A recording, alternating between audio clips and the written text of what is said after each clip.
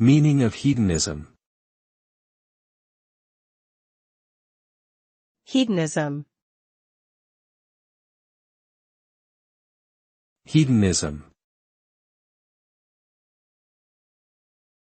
Hedonism.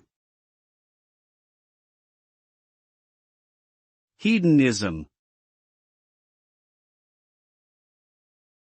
Hedonism is a philosophical belief that emphasizes the pursuit of pleasure and happiness as the highest goal of life. It considers pleasure as the ultimate good and pain as the ultimate evil. Hedonists believe that one should maximize pleasures while minimizing pain.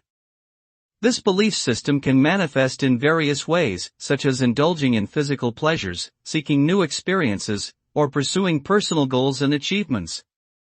While hedonism can provide temporary satisfaction, it can also lead to negative consequences like addiction, lack of self-control, and moral decay if not balanced with responsible behavior.